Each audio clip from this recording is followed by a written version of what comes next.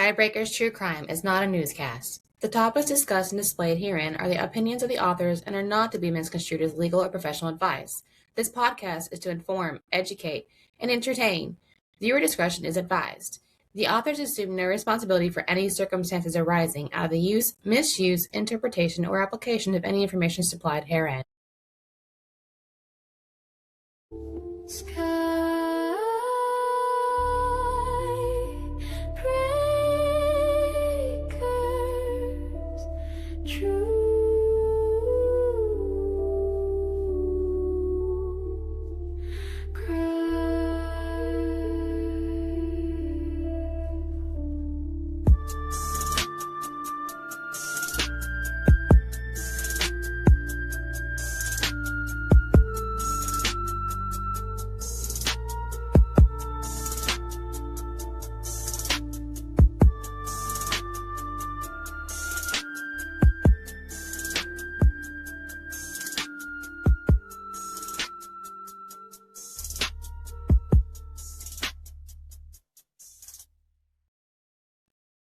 Welcome to Skybreaker's True Crime, where we guide you through real traumatic cases rooted in domestic abuse, honoring the afflicted, while uncovering the warning signs, the failures, and the truth behind each story. I'm Harlow. I'm Sarah. And today we take you to High Point, North Carolina again. Another January date, January 7th, 2023. So before we get into this case, do you recall Robert Creighton Jr.? He was a small-time actor going up in Hollywood a little bit. Played a small role in Ant-Man. He played in Young Bob, Ballers, and Shifting Gears. So one thing I want to really make clear about this case that I find interesting is we've mentioned previously how the outside, like your friends and your family, how, when something like tragic happens, they're like, oh, well, there's no way this person could have done this. He's such a great person, or she or he, or they were amazing. Like, I don't see this happening. I know for one thing, if anything happened with me, like, they'd be like, oh no, she did it. Oh yeah. But the mask that is worn to the public is I find I'm intrigued by cases like that, where it's, oh, you're putting this persona on, but this is who you are behind closed doors and at home with the people you're supposed to be the most intimate and the most familiar with. And, you go home, that's your safe space. Those are your safe people. That's where you're supposed to be able to be 100% you. Right. But again, you don't know what happens behind closed doors. So Robert Creighton Jr. was, moving up in the Hollywood scene. His name was kind of out there. He was small roles. Mm-hmm. He wasn't like, no Brad Pitt or anything. But he had ambition. All of his colleagues, his agent, said that he was a very sound guy. He was a great guy. He was very helpful, had great advice when they had issues or concerns, or some of them would come to their personal issues and stuff too. Okay. Like you do with your regular colleagues. Like you've got these interpersonal relationships that you build with people. Yeah. Sometimes a little interpersonal. But, yeah. So Robert was married to Athalia Creighton, who was a sergeant in the 2nd Infantry Division of the Army. She was a veteran. And a heavy equipment mechanic at that. She also owned her own businesses. So she was a certified life coach, interior designer, a student. They had 3 children. Like, she was pretty sound. At least on paper. Like we said, we don't know people outside of what's, publicly reviewed. That's a lot. That's pretty ambitious and very driven, and like, if I meet someone like that, I'm like, kudos, especially to be a woman and to move and have all of that going for you, even this day and age. Yeah. It's a lot. So on January 7th, 2023, Creighton killed Athalia in her home and their 3 children, Kaysen, who was 18, Nyla, 16, and Nasir, who was 10.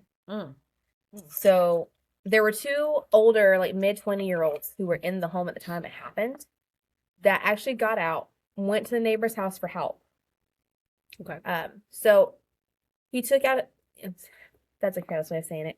He killed his wife, killed all 3 children, and then shot himself. So it was a murder-suicide. Yeah. That's like 4. Mm-hmm. And it's suicide. Yep. So quadruple.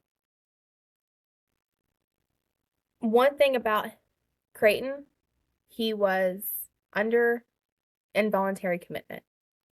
Had been since the January prior. So almost like a full year, he was in involuntary commitment. Okay. So in order to have involuntary commitment, you have to petition, obviously, to have someone committed. Because Yeah. you can't just call them up and say, hey, come get this Hey, person. come get him. Otherwise, that'd be a lot of phone calls. Take him. Right. I'm like, y'all ain't got enough room for all that. Right. But yeah, there has to be a history of mental illness. There has to be erratic behaviors.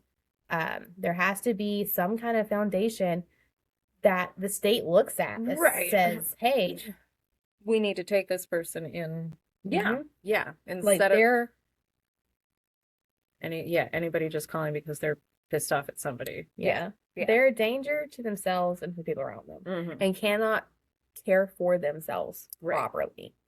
So I understand that a lot of these cases, we try to root the domestic violence, but also the intimate partner violence, which is not always the same. No. So in this case, there was no documented.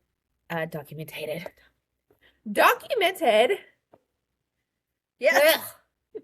There was no documented history of like domestic violence as far as repetitive reports. Okay. Does not mean it did not exist. No. It just means it wasn't reported.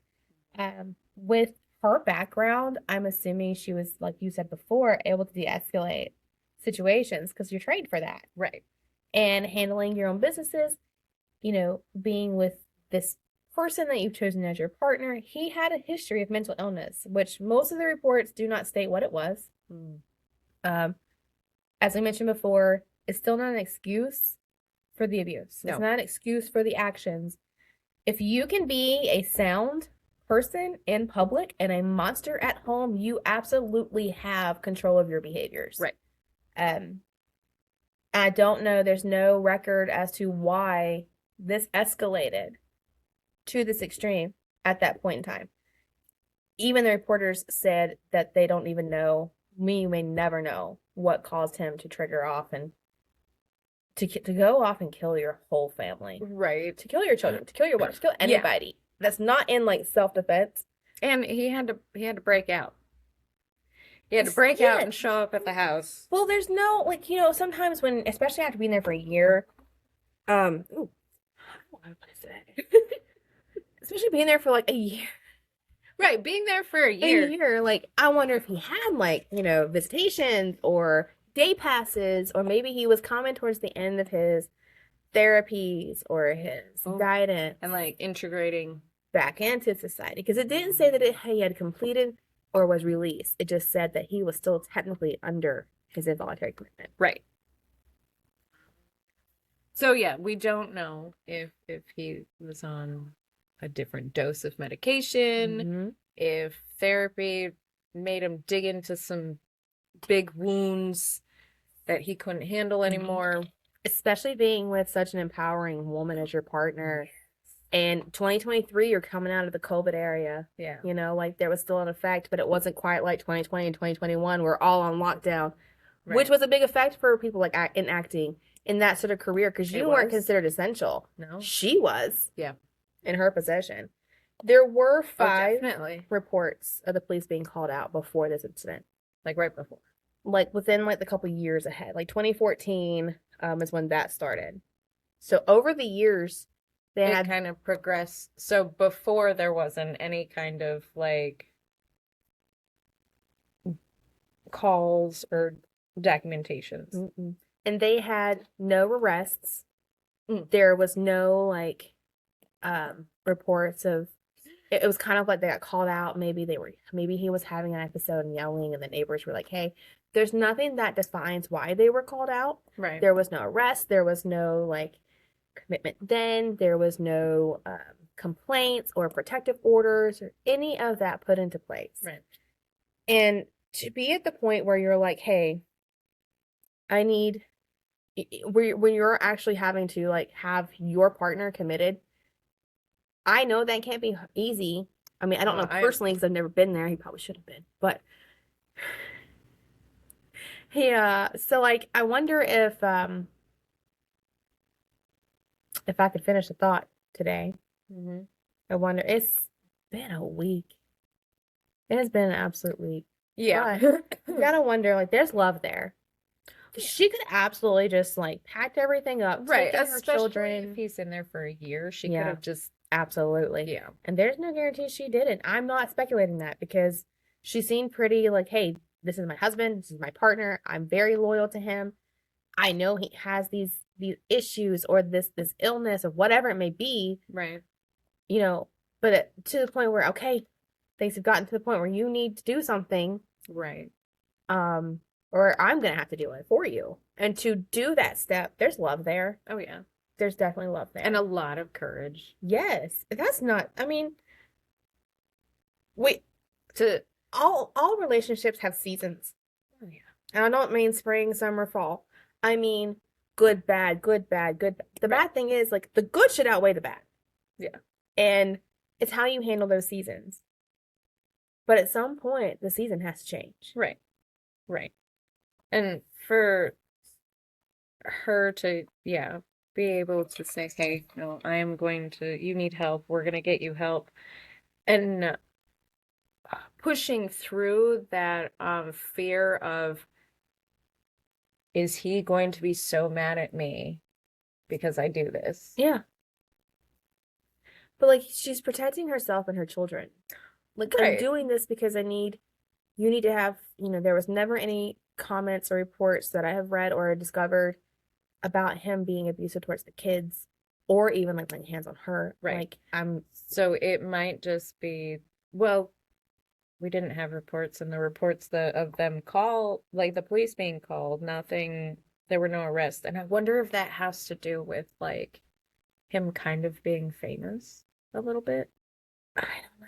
to where it's like, Hmm. oh, we don't want this to like, Paparazzi eats that up though. Well- Let the public do. And honestly, a lot of people are like, why are they always like covering all these cases, like the Britney Spears meltdown and stuff? That's still PR. yeah, It's Oh, yeah. it's still PR. It still sells, even though it's negative and it gives you a bad lighting. negativity sells better than like Yes. positivity. Like, Oh yeah.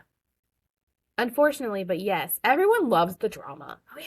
Everyone loves but it also goes to show, you see like Jennifer Aniston and all them in their highlights of, their up and down relationships. And it's like, even they can't, Oh you yeah. know, Oh yeah.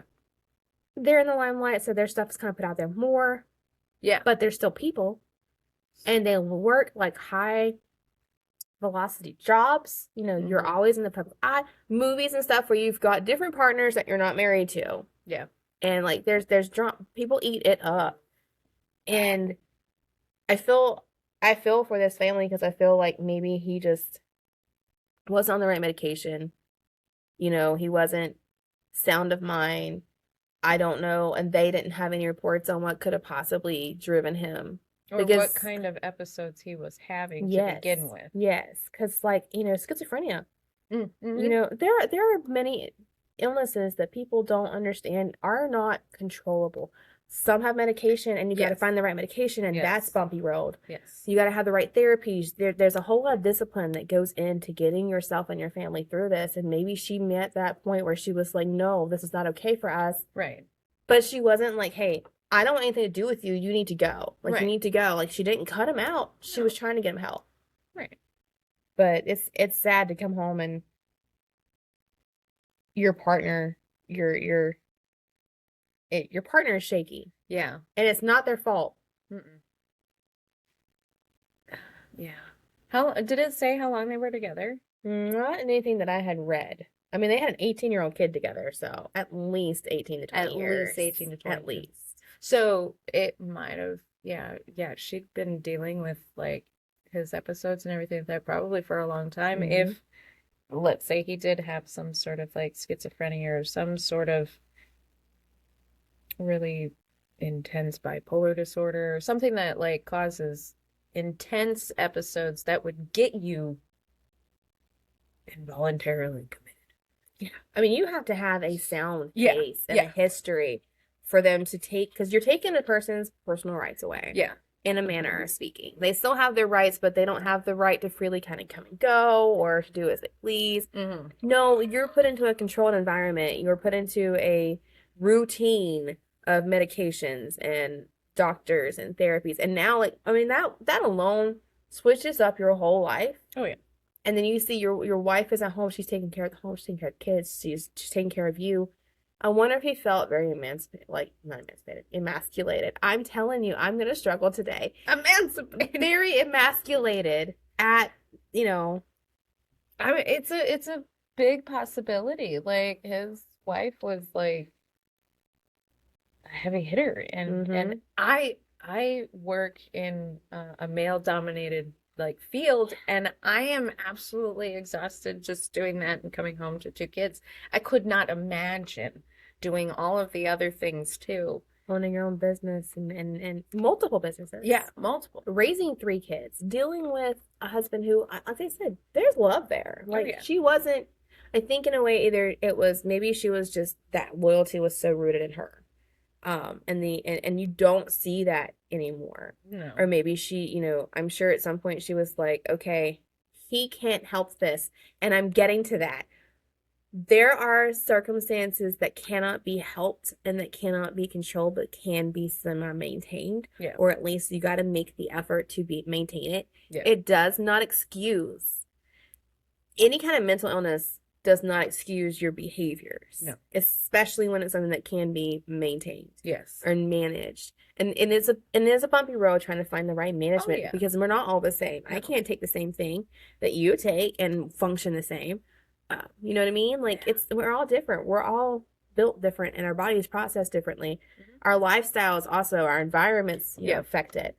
But it's a matter of taking the responsibility. Yes. To maintain your own mental health and health in general. Mm-hmm. But it's tragic that they all lost their lives. Oh yeah. And it was out of trying to help. And I'm sure from what I've read and everything, he was a good dad, he was a good husband, he was. Except it's sad that it overwhelmed him, that it took him too. But it did not excuse the behaviors. It didn't excuse not at all the harm, self-inflicted or otherwise. Right. Mental illnesses will escalate. They do help escalate, and they do increase the frequency of episodes, of violent episodes especially, which is why management, and a lot of people don't want to do that. They don't want to feel like they're a weaker or less than, and you're not. Especially like males. Yes. And that's very stereotypical too, because you're a man. Men are supposed to just deal with it. Yeah. Handle it. Man up. Or, you know, even nowadays you don't need medication. Yeah. Get over it. Yeah. So we are going to Waynesville, North Carolina, which is about 30 miles southwest of Asheville. On to Asheville, kind of ish. Below it. Below it. Or is that above it from where we are? Anyways. No, it's below it. Southwest. Okay, so we gotta take a little. Anyways, that way. If you were facing the map and looking down at it, Asheville's here. It's southwest. Sorry. Okay, so I'm not. Okay, on Tuesday, So, you know, January 21st, 2020 is when this happened. So, let's first meet Cynthia before we get to this. Cynthia Smith, also known as Cindy, was 38 years old. She was born February 23rd, 81. So she taught at an early child development center. Ooh. Yeah, she had been there for 3 years. And I saw a whole bunch of stuff about how like all of her students like loved her and like would talk about her all the time. And she absolutely enjoyed working for this early development center. Not just me. Not just me. No, it's been a week. Anyway, so Sydney found out that she was pregnant. Pregnant with a little baby. What else was she pregnant with? So she was pregnant. She was pregnant. Aw. She was about 4 months pregnant on January 2020. Her and her family had just found out that it was a baby girl. And they had picked out the name Riley Quinn Smith. Cute. I thought that was adorable. Now, Cindy had an older daughter from a previous relationship, and her daughter actually picked Quinn for the middle name for her baby sister. Aw. Yeah, I thought that was so cute. So Cindy was in a relationship with a man named Robert Brian King, who was 43 years old. In December of 2019. I started saying, we're going about the 1900s. How far? Like, that's not mathing. It's not mathing. Math ain't mathing. Anyways, okay. So in December of 2019, Cindy made the decision to end the relationship with Robert. So he showed signs, or displayed abusive behaviors and controlling behaviors. She had told her family that like she was kind of fearful for him of him. But she left. Good for her. Yeah, she Good did. for her. Now, there were no reports of any kind of domestic violence or any kind of like cops being called out to the house because Robert did the not bare minimum.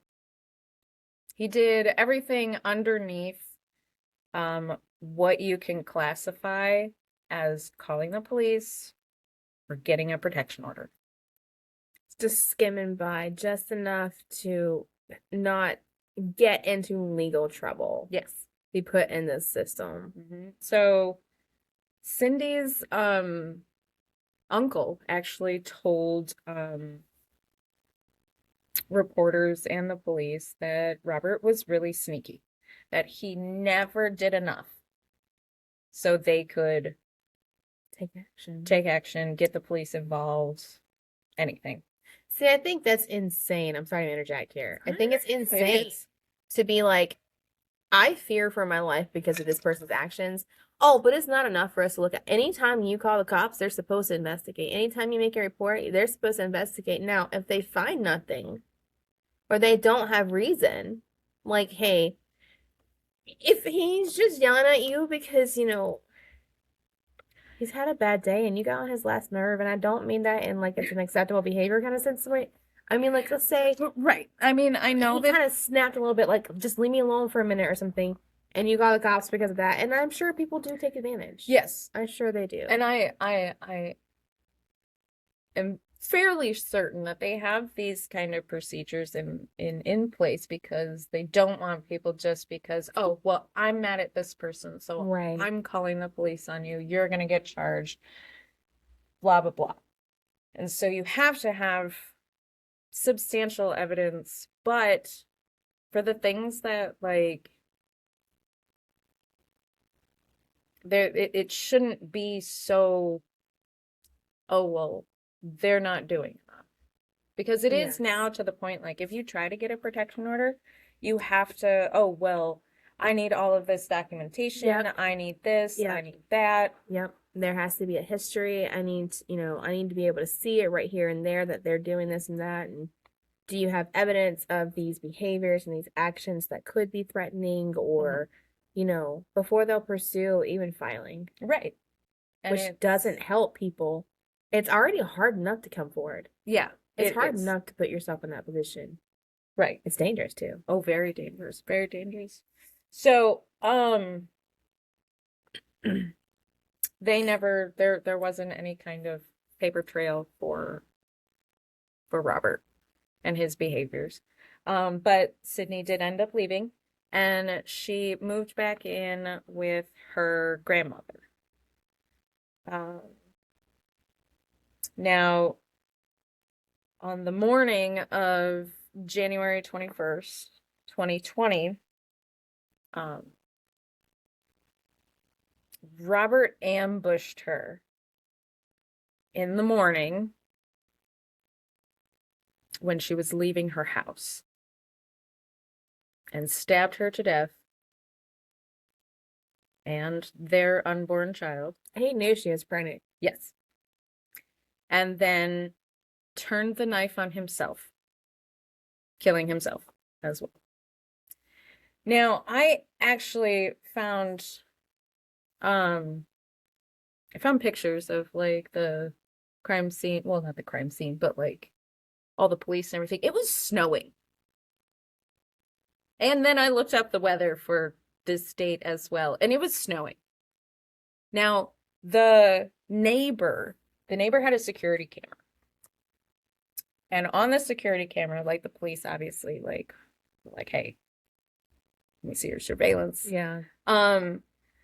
Robert had been like stalking her and like scoping out the house for a while. Like he kept popping up on like their security cameras, like Luring around the house, leering and yeah, lurking. There it is. Lurking around the house, checking things out, monitoring her and her activities. Mm-hmm. And more than likely, like obviously he knew that this was on a Tuesday that this happened. So she's going to work. She's going to work and he like ambushes her in the snow. So he is either there waiting or obviously he like knows what time she leaves to go to work. He had to have been like parking his car elsewhere too, because you're not going to come out if you see your crazy ex's car in the middle of the driveway. Right. Well, not without a weapon or backup. Yeah. So either he was parking like a couple streets over and then walking, but no, there was like a good 2 inches of snow on the ground, like in the pictures. So he'd been out there a while. He had been like just chilling in the snow, waiting. Like that is Unhinged. Yes. Imagine if you put half that effort into, I don't know, being a good person. Being a good person. Or Yeah. staying out of, your ex's business. Yeah.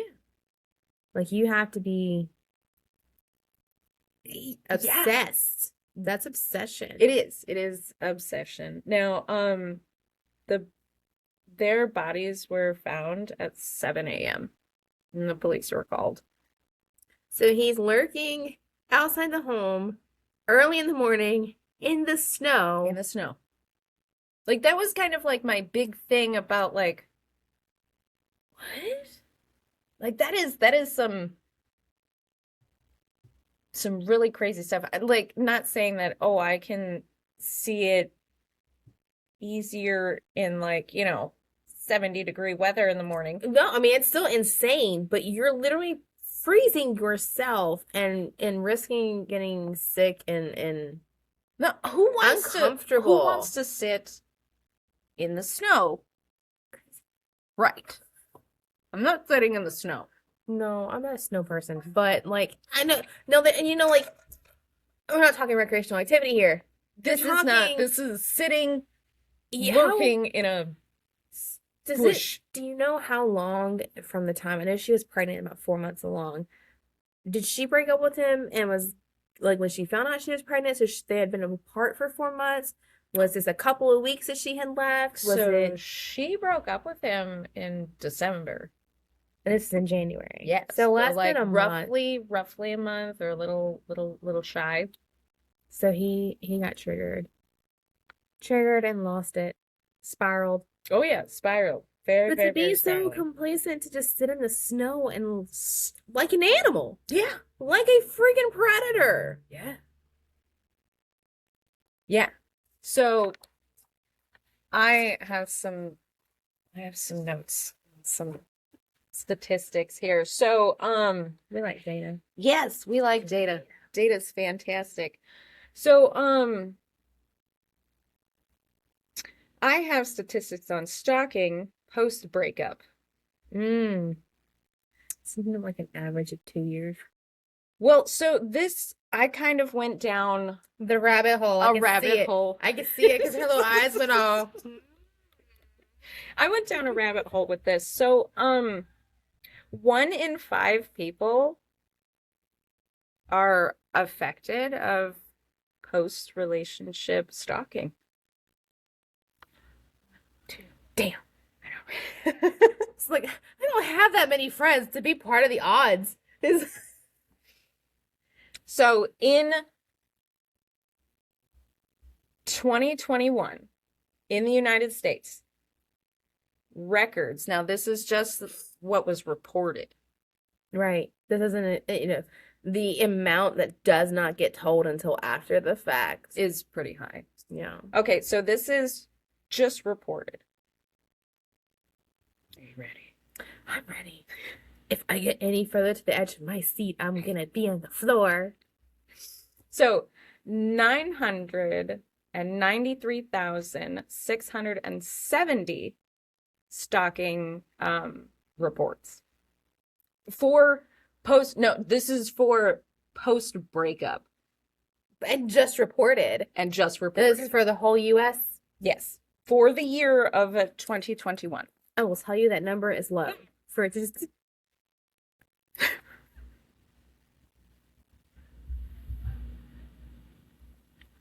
So sorry. okay. To be post breakup, this isn't even like this stalked by someone you didn't date. Right. Or That's not they're counting. crazy, like someone else's ex, or Right, which right. Yeah.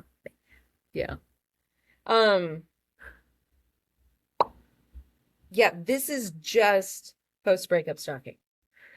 whew. And just the ones that have been reported.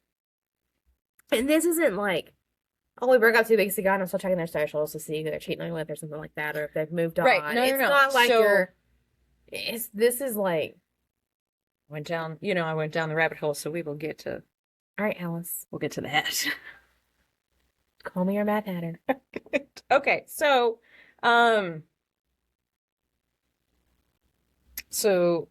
I got into like the psychology of it.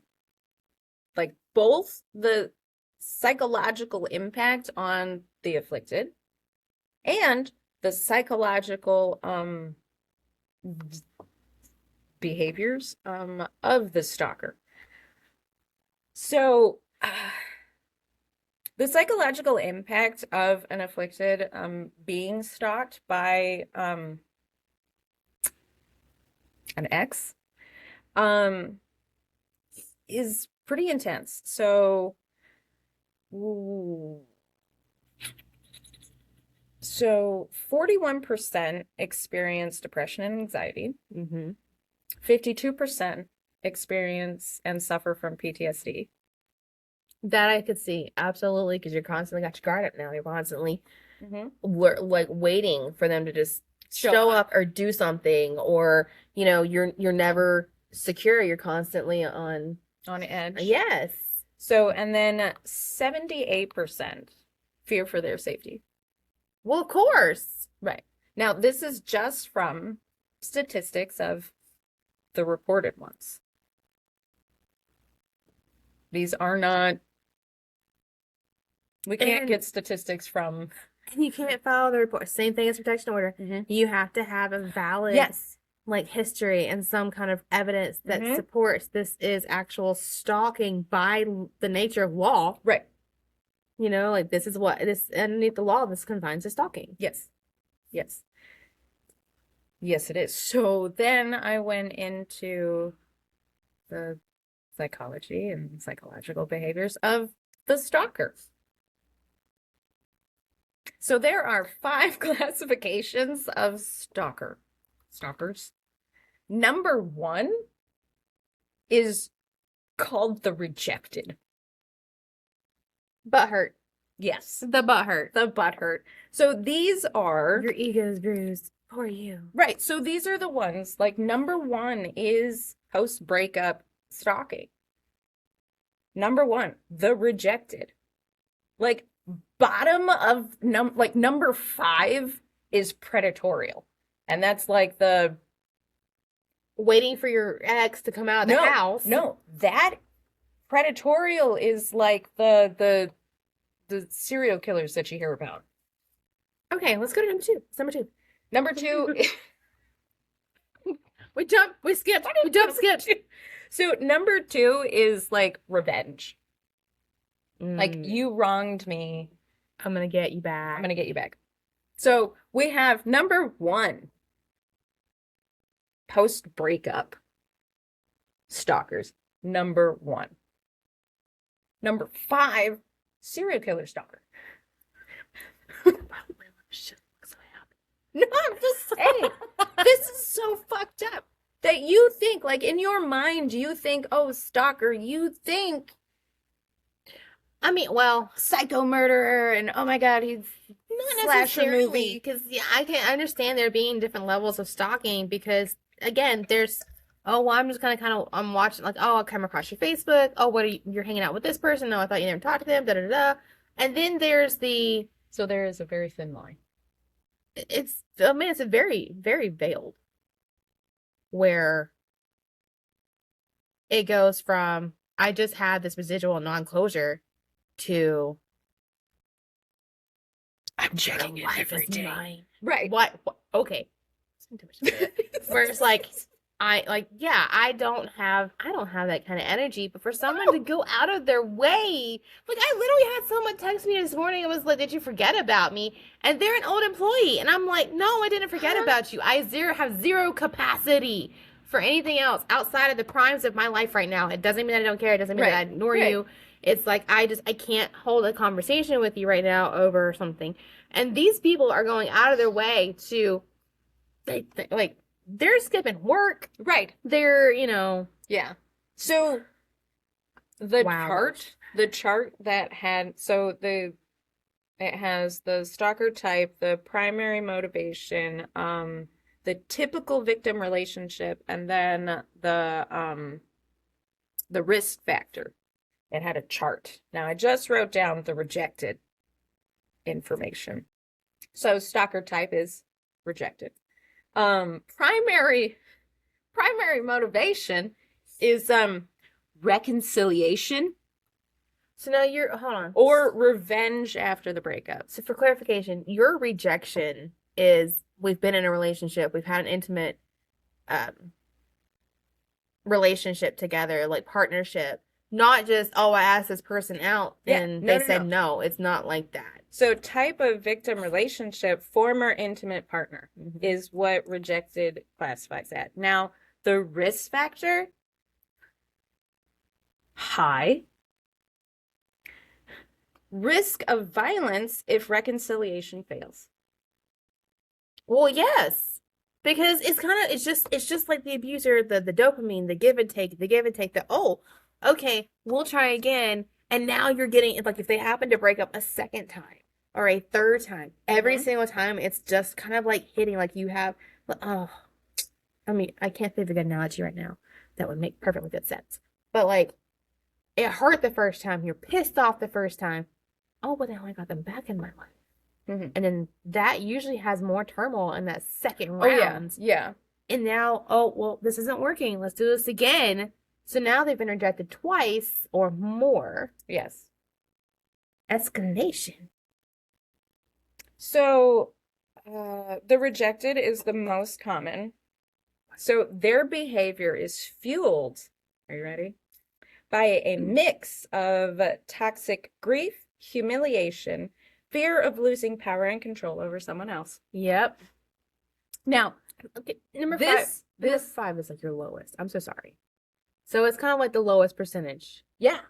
Okay. I mean, there's a silver lining in the dark. Yeah. That, the predatorial isn't number 1. Yeah.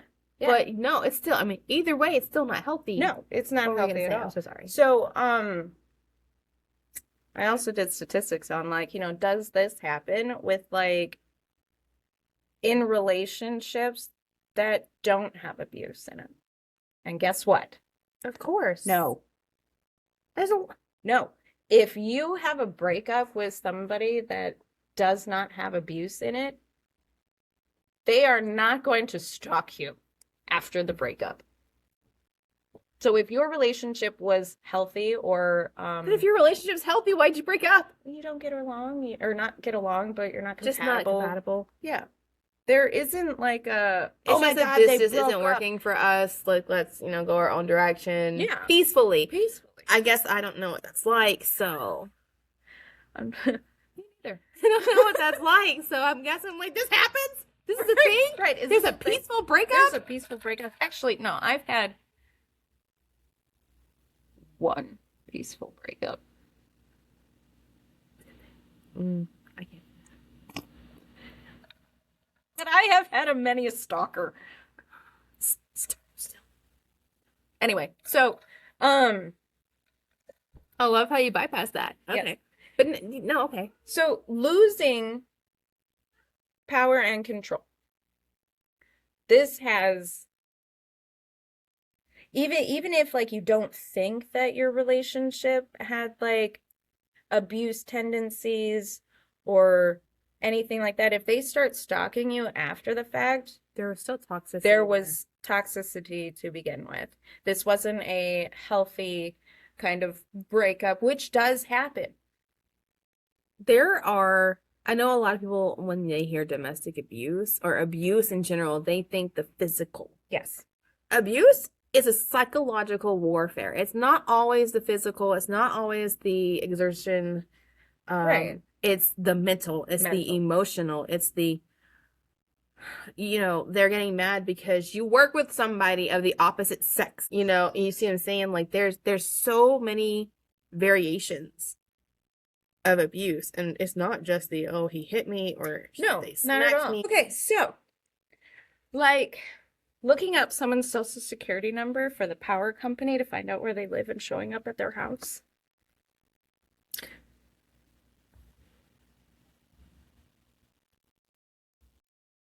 Stalking. And then demanding that you How come the back power company home. give your social out? Apparently you can look it up on no. So social media and technology have made stalking actually a lot easier. A lot easier. A lot easier. Everything is documented and everything is online and everything is, location, or like anytime you log in and you're going somewhere, you're trying to post, it wants to ask you, where you at? Where are you? Where you at? Where you at? How you doing? But yeah.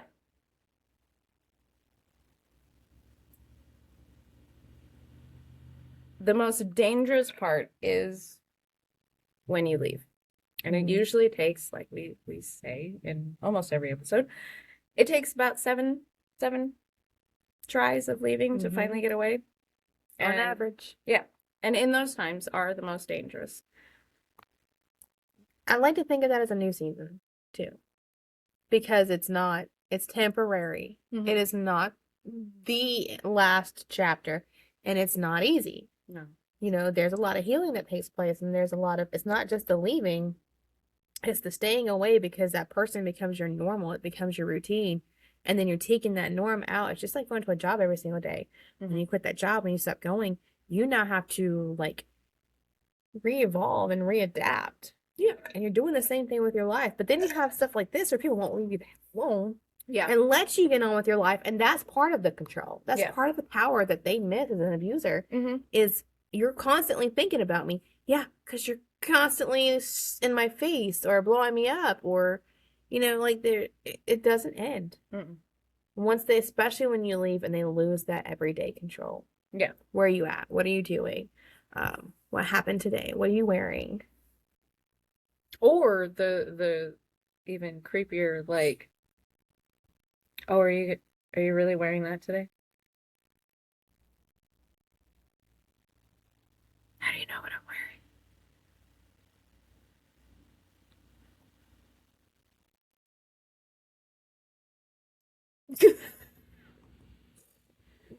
No, I like the, hey, are you trying? Like, hey. One thing that absolutely killed me was the oh, you're talking to this person now. And I'm like, Oh, yeah. no. Like, how do you even know this person exists? Like, how do you know that he and I have a friendship or she and I have a friendship? I had an Oh, I'm ex. talking to my ex now. You have two peas in a pod now.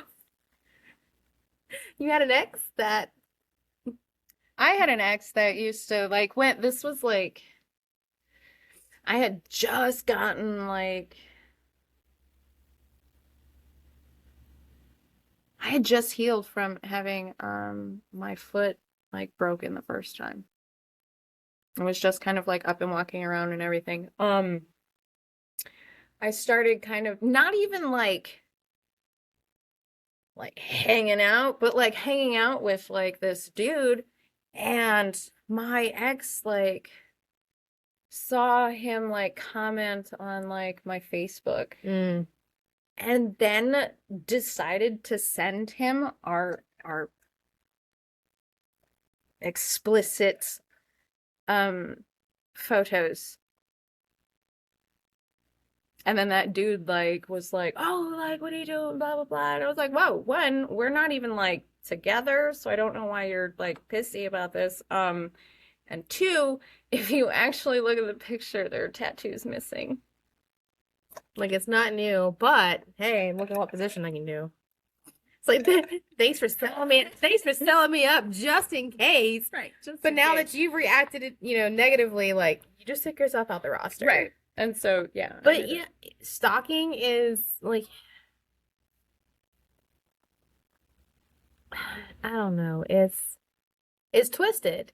And you lose your sense of safety. Oh yeah. Absolutely. And that's part of the struggle. That's part of their power. And they think that if you feel like you can't get through your day without them, they feel like that's going to pull you back to them. So back to that reconciliation. Mhm. Or if they like wear you down. Yeah. Like- oh, you have no other options. Oh yeah, that one too. You have no other options. Or the guilt. Like, Do you find it kind of like distasteful when dudes are all like, "Oh, I'm so depressed"? I think it depends. So I have noticed, like, there was a guy that used to like send me messages like a while ago. This was like 8, 9 years ago. But I had like worked with him at the job that I was at before the job that I'm at now. And he would always be like, "Oh yeah, my life sucks," and blah So blah blah. why? And I would be like, he would say, "Hey, how are you doing?" And I'd be like, "Hey, like, I'm doing great. Like, things are fabulous right now," kind of thing. And he would just always be like, "Oh, my life sucks." And like, no, it's so depressing. And it's like, dude, I don't want you to bring me down. And I don't know if you're The trying to get, negativity. I don't know if you're trying to get, "Oh, well, what's wrong?" And, "Oh, are you okay? And what can I do to help?" I'm, The pity party. yes. It's not the depression. It's the pity party of, okay, shit happens. We all go through shit. Right. And majority of the time, people who are like going through some shit, they're not going to say it. No. And they're definitely not going to be all like, that I'm going to sound like a heartless dick. The poor, pitiful me.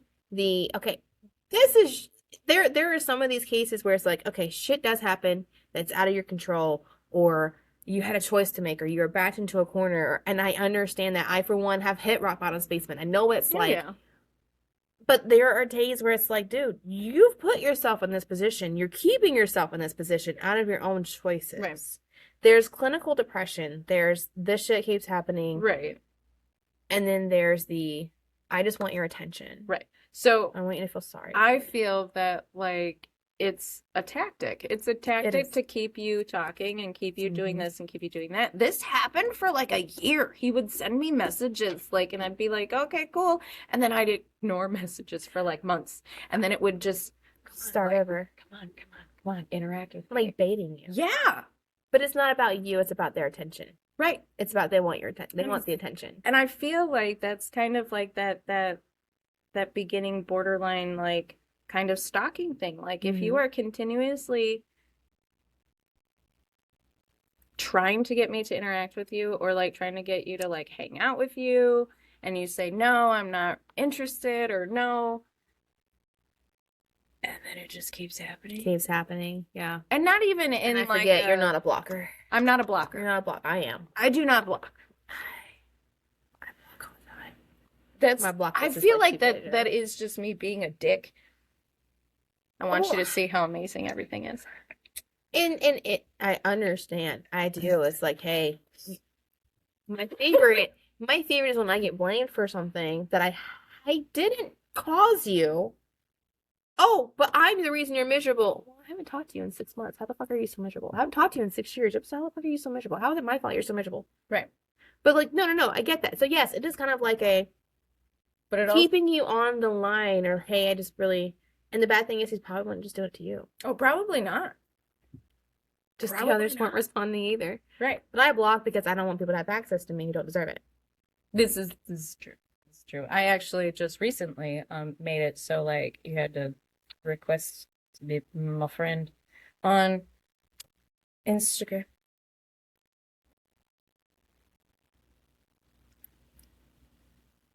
I block.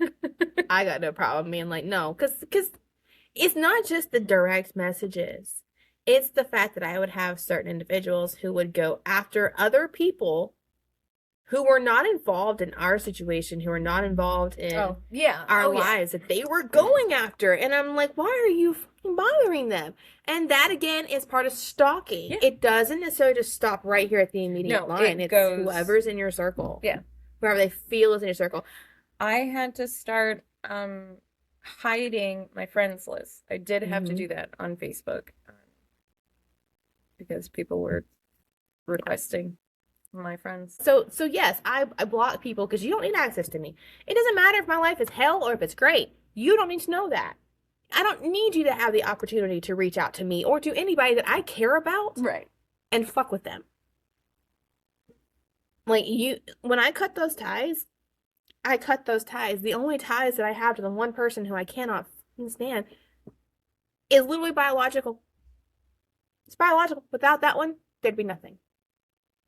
So no, I get it. When they're going through, I had an ex who went through my friends list and like added all of the males that I worked with that was on my friend list. Not a single one of the females. No. Not one of the females. Went through my males list, the guys that I worked with, and was like trying to send them friend requests. And of course, these assholes were all like, oh, we're gonna fucking enjoy this. And they're like, oh yeah, add him. And they were like coming to work and like, take a picture with me. Take a picture with me. We're gonna post it. And I'm like, oh my God. I loved the energy. I loved the pettiness of like, let's just fuck with this guy. But the fact that they go to those extra Yeah. lengths to keep their claws into you Yeah. and to fuck with you is just Power and control. I'm calming down now. I yap a lot. I am a very vivacious person. I don't sit down and shut up. I got something to say. If I don't say it, my face is going to. Oh yeah. No, I've been actually watching like our recordings. I'm like, oh my God, does my face always like do like random crazy stuff? I was like, oh, must be. Yes. My mouth is not saying it, my face is. Especially like right through here where it's like what? Ooh. Or like the Yeah. The fuck? I have the what the fuck look all the time. Like the mm-hmm. apparently I do that at work a lot too. I do too. I get people all the time being like, are you mad? Are you okay? What's wrong with you? Be like, what? I'll either be like deep in thought listening to a book or my music and I'm really into it, but like my face is so Distorted and Yeah. just serious, and it's like I can't wear a bag over my head. HR, that is not okay. Right. But so on average, I know that it takes about 2 years for the stalking to end. On average. on average, obviously. Not always the case. No, it can be less and it can be more. But there's no like guidelines on how to handle stalkers, There really isn't. except for like the basic bulliness, Yeah. where it's like you've got to step up for yourself. Yeah. And unfortunately, like, you have to have not severe, but documentation of, the stalking. And then with social media and technology, it makes it a lot harder to be like, hey, this person is doing this. Oh, well, that's not considered Stalking, and then by the law, by the state of the law. Yeah. But by definition, by all other accounts, yeah, if they're not leaving you alone and they're putting you in a position where you're not comfortable, you can't even like be friends with somebody. Thank you for joining us on this episode of Skybreakers True Crime. Our hearts are with the afflicted, survivors, and the families of those whose lives are connected to the stories that we share. We ask you hold them with care and compassion. If you or someone you know is experiencing abuse, please know you're not alone and that help is available. Until the sun dies, shatter the skies. Now hit. Sky.